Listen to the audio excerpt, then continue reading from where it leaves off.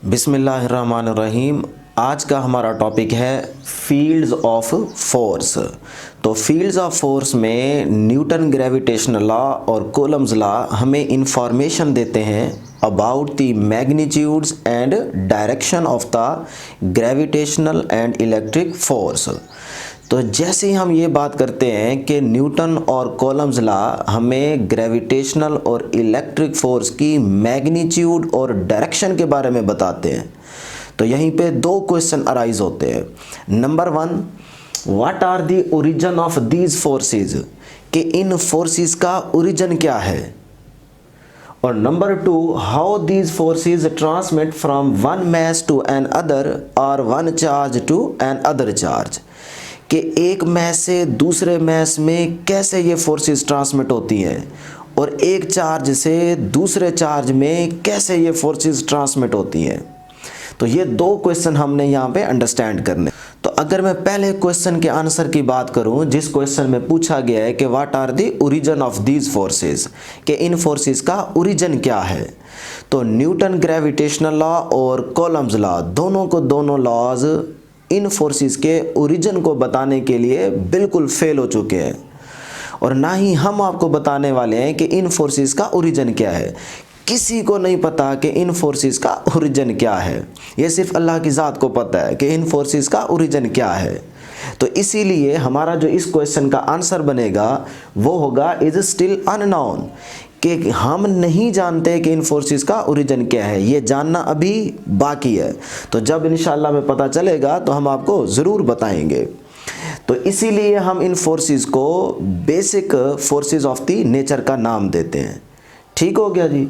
तो अगर हम सेकंड क्वेश्चन की बात करें, जिसमें कहा गया है कि how these forces transmit from one mass to another और one charge to another charge, कि एक मैस दूसरे मैस में कैसे फोर्स को ट्रांसमिट करता है और एक चार्ज दूसरे चार्ज में कैसे फोर्स को ट्रांसमिट करता है। तो इसका आंसर हम अच्छे तरीके से बता सकते हैं अकॉर्डिंग टू माइकल फैराडे। तो according to Faraday's, it is an intrinsic property that an electric field exists in space around the charge, कि फैराडे लॉ के मुताबिक जो फील्ड है ये बेसिकली एक इंट्रिंसिक प्रॉपर्टी है चार्ज की। मतलब जहाँ चार्ज मौजूद होगा वहाँ उसके अराउंड उसका जो इफ़ेक्ट होता है वो वही इफ़ेक्ट बेसिकली फील्ड कहलाता है। तो मतलब जहाँ चार्ज मौजूद होगा उसके अराउंड उसका फील्ड मौजूद होगा। तो अब इसी फैराडे की बात को हमने यहाँ दो पॉइंट्स में डिस्कस किया है। नंबर ए है जी, the charge Q produce a field, कि जो चार्ज क्यू होगा वो एक फील्ड पैदा करेगा, मतलब जहाँ चार्ज होगा वहाँ फील्ड मौजूद होगा। नंबर बी है, the field interacts with charge Q naught to produce a force F, मतलब जब आप उस चार्ज के फील्ड में कोई एक और टेस्ट चार्ज क्यू नॉट लेके आएंगे तो वो फील्ड के साथ चार्ज क्या करेगा, इंटरेक्ट करेगा। तो जैसे ही फील्ड के साथ चार्ज इंटरेक्ट करेगा तो वही फील्ड उस चार्ज पे एक फोर्स एक्सर्ट करेगा। ठीक है। तो इन्हीं दोनों पॉइंट्स को हमने डायग्राम में भी डिस्कस किया है। डायग्राम देख लेते हैं। पहले पॉइंट की डायग्राम कैसे बनेगी कि हमारे पास एक पॉजिटिव पॉइंट चार्ज प्लस का क्यू है, उसके अराउंड ये उसका क्या है, फील्ड है। जो इफेक्ट है बेसिकली उसका वही फील्ड कहलाता है। तो ये उसके अराउंड उसका फील्ड है। ये फील्ड 3 डायमेंशनल होगा। ठीक है। 3 डायमेंशनल की एग्जांपल ऐसे आप इस फील्ड को समझ सकते हैं कि जैसे एक रूम में हमने एक लाइट बल्ब को रोशन किया तो उसकी लाइट उस पूरे रूम में फैल गई। तो इसी तरह इस चार्ज के अराउंड जो उसका फील्ड होगा वो पूरे का पूरा उसके अराउंड स्पेस में फैला होगा। तो इस तरह से हमारे पास इस चार्ज के अराउंड इस स्पेस में सारे का सारा फील्ड मौजूद होगा। ठीक है जी। तो अगर हम दूसरे पॉइंट की बात करें कि जब हम एक चार्ज क्यू नॉट को इस चार्ज प्लस क्यू की फील्ड के साथ इंटरेक्ट करते हैं तो वही फील्ड इस चार्ज पे एक फोर्स एक्सर्ट करता है। अब इसी बात को हम यूं भी कह सकते हैं कि अगर हमें इस प्लस क्यू मतलब फील्ड चार्ज के फील्ड को डिटेक्ट करना हो तो हमें क्या करना पड़ेगा, एक टेस्ट चार्ज लेके आना पड़ेगा। ठीक है, तो वही काम हमने यहाँ पे किया। तो जैसे ही हम इस टेस्ट चार्ज को इस फील्ड के अंदर लेके जाएंगे तो यही फील्ड इस चार्ज Q नॉट पे एक फोर्स एक्सर्ट करेगा। वो फोर्स क्या होगी? वो होगी F is equal to Q naught into E। मतलब फील्ड ने इस चार्ज टेस्ट चार्ज पे एक फोर्स एक्सर्ट की। ठीक है जी। अब दोनों चार्जेस क्या हैं? सेम, तो एक दूसरे को रिपेल करेंगे। तो जब वो फील्ड इस चार्ज पे फोर्स एक्सर्ट करेगा तो उस फोर्स की डायरेक्शन क्या होगी? ये होगी। अगर टेस्ट चार्ज आप इस तरफ से लेके जाएंगे तो फोर्स की डायरेक्शन ये होगी। अगर आप टेस्ट चार्ज को यहाँ से लेके आएंगे तो फोर्स की डायरेक्शन इधर होगी। अगर आप इस साइड से लेके आएंगे टेस्ट चार्ज को तो फोर्स की डायरेक्शन इस तरफ होगी। कहीं से भी आप टेस्ट चार्ज को लेके आ सकते हैं। अब यही test charge Q naught positive भी हो सकता है और नेगेटिव भी हो सकता है, लेकिन हम हमेशा पॉजिटिव ही यूज़ करते हैं, इसीलिए मैंने यहाँ पे पॉजिटिव लिखा हुआ है। और दूसरा नंबर क्या है? It's size is very small, कि इसका साइज़ बहुत छोटा होता है। मतलब जो इसका फील्ड होता है वो इतना कम होता है, थोड़ा होता है कि हम उसको ईजीली निगलेक्ट कर सकते हैं। तो जब हम इसके फील्ड को निगलेक्ट कर सकते हैं तो हम ये बात कहते हैं कि जो टेस्ट चार्ज Q नॉट होगा उसका फील्ड नहीं होता। मतलब टेस्ट चार्ज का फील्ड नहीं होता, इसके अलावा जो मर्जी चार्ज हो उसका फील्ड ज़रूर होगा। तो इसका फील्ड नहीं है, इसीलिए तो हमने इस फील्ड को डिटेक्ट करने के लिए टेस्ट चार्ज यूज़ किया है, ताकि ये वाला चार्ज इस फील्ड को, मतलब ओरिजिनल चार्ज के फील्ड को डिस्टर्ब ना करे, ताकि हम इजीली इस फील्ड को डिटेक्ट कर सकें। तो इसीलिए हम कहेंगे कि टेस्ट चार्ज का फील्ड नहीं होता, होता ज़रूर है लेकिन इतना थोड़ा होता है कि हम उसको निगलेक्ट कर देते हैं। तो इसीलिए हम ये बात करते हैं कि टेस्ट चार्ज का फील्ड नहीं होता और ये इस ओरिजिनल चार्ज के फील्ड को डिस्टर्ब नहीं करता। तो जैसे ही ये फील्ड इस चार्ज पे फोर्स एक्सर्ट करेगा तो वो force F is equal to Q naught into E होगी। तो यहाँ से हमें E चाहिए, तो इलेक्ट्रिक फील्ड अपनी जगह पे, Q नॉट इधर जाके डिवाइड हो जाएगा, तो फार्मूला बन जाएगा जी E is equal to F over Q naught. तो अगर मैं यहाँ पे कूलम्स फोर्स की बात करूँ तो ये भी मेरे पास पॉजिटिव चार्ज है, ये भी पॉजिटिव चार्ज है, तो सेम चार्जेस एक दूसरे को रिपेल करेंगे। तो मेरे पास कूलम लॉ के मुताबिक जो फोर्स बनेगी वो क्या होगी? F is equal to K, ये वाला Q और ये Q naught divided by R square. मतलब इन दो चार्जेस के बिटवीन कोई ना कोई सेपरेशन होगी। तो अकॉर्डिंग टू कूलम्स लॉ हमारे पास फार्मूला बन जाएगा F is equal to K Q naught over R square. अगर मैं यही फोर्स की वैल्यू इस फील्ड वाले फार्मूले में पुट करूं तो मेरे पास क्या फार्मूला बनेगा? E is equal to K Q naught over R square divided by Q naught. तो Q नॉट से कैंसिल हो जाएगा, हमारे पास जो वैल्यू बचेगी वो होगी K Q over R square. तो ये इलेक्ट्रिक फील्ड की मैग्नीट्यूड का फार्मूला आ जाएगा। तो E is equal to K Q over R square. तो ये सिर्फ वैलिड होगा ओनली फॉर पॉइंट चार्जेस।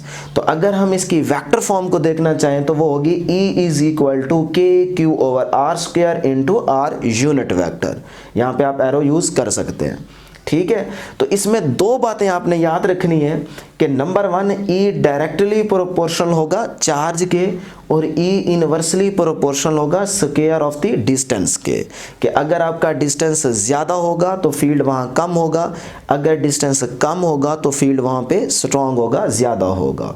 अब इसी फार्मूले को हम डायग्राम में भी डिस्कस कर लेते हैं, ताकि अगर हमारे पास कोई रेशो का MCQs आ जाए तो हम उसको इजीली सॉल्व कर पाए। तो देखिए, जैसे ही हमने कहा कि E इनवर्सली प्रोपोर्शनल है स्क्वायर ऑफ द डिस्टेंस के, तो इस चीज़ को मैं यहाँ पे ऐसे ड्रा कर सकता हूँ कि हमारे पास एक प्लस पॉइंट चार्ज है Q और उसके अराउंड उसका क्या है? फील्ड है। उसके अराउंड उसका फील्ड है। चार्ज के करीब जितना रहेंगे फील्ड स्ट्रॉन्ग होगा, स्ट्रेंथ ज़्यादा होगी। चार्ज से जैसे जैसे दूर चलते जाएंगे वैसे वैसे फील्ड का इफेक्ट या स्ट्रेंथ क्या होती जाएगी? कम होती जाएगी। तो वही चीज़ हमने देखी कि अगर मैं इस पॉइंट पे डिस्टेंस देखूं, चार से लेके यहाँ तक का जो डिस्टेंस है वो कम है इस डिस्टेंस से, तो ये वाला डिस्टेंस ज़्यादा है R2 और ये वाला डिस्टेंस R1 क्या है? कम है, थोड़ा है। तो इसका मतलब इस पॉइंट पे फील्ड E1 ज़्यादा होगा, क्योंकि डिस्टेंस कम है तो फील्ड ज़्यादा होगा। और इस पॉइंट पे हमारे पास फील्ड क्या होगा? कम, मतलब जो E2 फील्ड होगा वो कम होगा। E1 फील्ड ज़्यादा होगा, E2 फील्ड कम होगा। क्यों? क्योंकि इसका डिस्टेंस ज़्यादा है। तो इसी डिस्टेंस की अगर हम रेशो फाइंड करना चाहें तो वो किस तरह की होगी, वो होगी जी E1 divided by E2 is equal to R2 का स्क्वायर, R2 का स्क्वायर डिवाइडेड बाई R1 का स्क्वायर। मतलब अगर मेरे पास R1 डिस्टेंस कम है तो E1 फील्ड ज़्यादा है, तो R1 डिस्टेंस कम है तो यहाँ फील्ड क्या होगा, ज़्यादा। तो वही बात यहाँ पे लिखी हुई है कि R1 डिस्टेंस अगर कम है तो फील्ड क्या है, ज़्यादा। और अगर R2 डिस्टेंस ज़्यादा है तो E2 फील्ड क्या होगा, कम होगा। और इनकी अगर रेशो की बात करें फील्ड की तो E1 फील्ड ज़्यादा होगा E2 के फील्ड से। ठीक है, तो इस तरह से रेशो भी आपसे पूछी जा सकती है।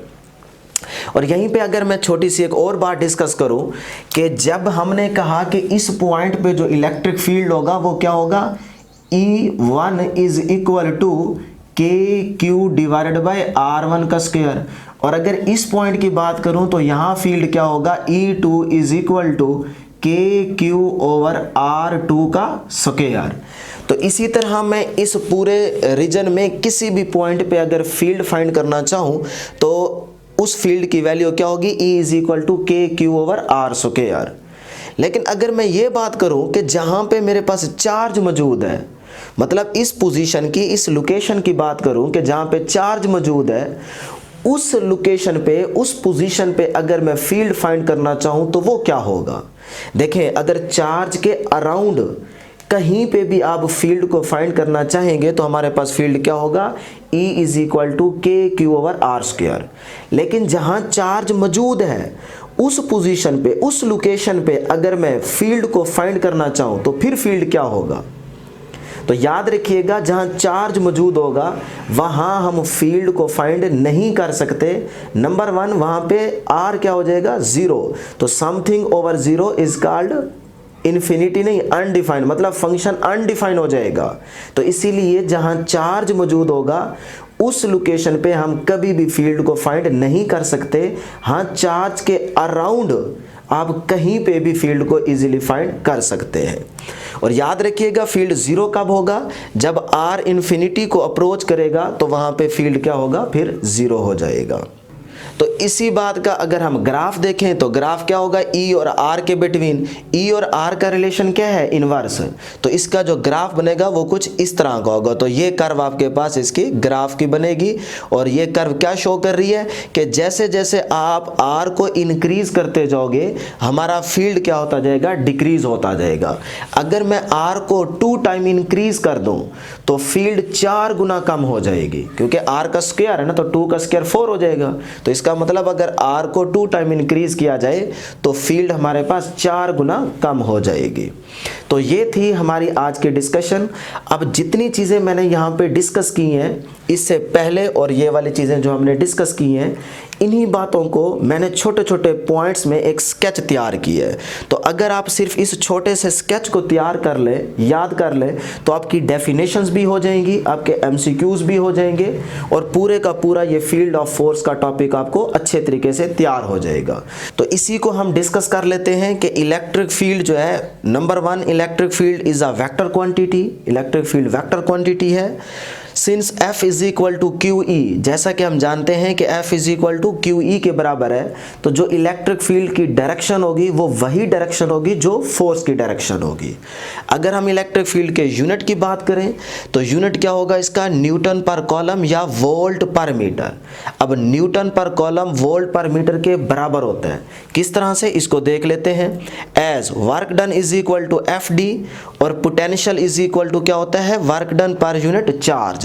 तो मैंने दोनों फार्मूले यहाँ पे राइट किए हैं, इनके यूनिट्स को देख लेते हैं। वर्क का यूनिट क्या होता है, जाउल। फोर्स का क्या होता है, न्यूटन। डिस्प्लेसमेंट का क्या होता है, मीटर। तो ये मीटर आ गया।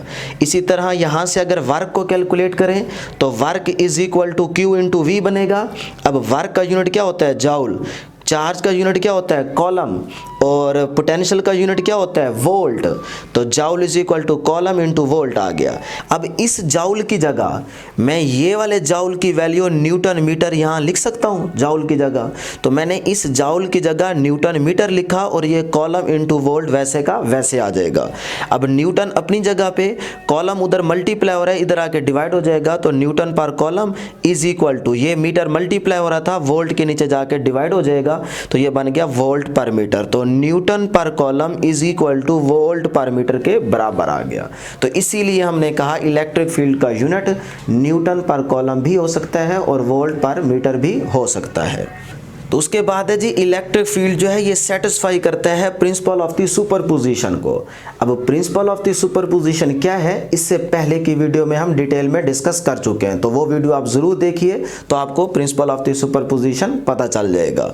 उसके बाद है जी हमारे पास अगर हम नेट फील्ड की बात करें, सम ऑफ द फील्ड की बात करें, तो फिर क्या होगी कि हमारे पास एक प्लस क्यू चार्ज है, इस चार्ज का हम इस पॉइंट P1 पे भी फील्ड फाइंड करना चाहते हैं, वो फील्ड क्या होगा, E1 होगा। अगर हम इस पॉइंट P2 पे इस चार्ज का फील्ड फाइंड करना चाहें तो वो क्या होगा, E2 होगा। इसी तरह अगर हम इस पॉइंट चार्ज का इस पॉइंट पे फील्ड फाइंड करना चाहें तो वो क्या होगा, E3 होगा। तो इन तीनों को अगर हम सम करेंगे तो हमारे पास नेट फील्ड आ जाएगा। तो En is equal to E1 plus E2 plus E3। तो E की वैल्यू क्या होती है, KQ ओवर R स्क्वायर, तो हम यहाँ पुट करेंगे, हमारे पास उसका नेट फील्ड आ जाएगा। उसके बाद जी इलेक्ट्रिक फील्ड को मैथमेटिकली कैसे लिखते हैं, E is equal to F over Q naught. और अगर हम इसी इलेक्ट्रिक फील्ड को in the form of Coulomb's law देखना चाहें तो वो क्या होगी, E is equal to KQ over R square. तो इस फील्ड की डायरेक्शन क्या होगी, radially outward for the positive charge, radially inward for the negative charge.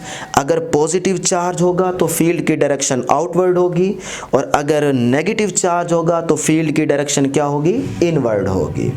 उसके बाद लास्ट पॉइंट है हमारे पास के electric field in case of the dielectric medium. तो ये उसी तरह का केस है जिस तरह हमने फोर्स में डिस्कस किया था। फोर्स भी इसी तरह की थी, force medium is equal to force vacuum over epsilon R. तो सिमिलरली जो हमारे पास फील्ड है वो भी इसी तरह का होगा कि E medium is equal to E vacuum over epsilon R. तो ये था छोटा सा एक स्केच जिसको आपने तैयार करना है, और इसी से आपका पूरा टॉपिक ये तैयार हो जाएगा। तो दुआओं में जरूर याद रखिएगा। अल्लाह हाफिज।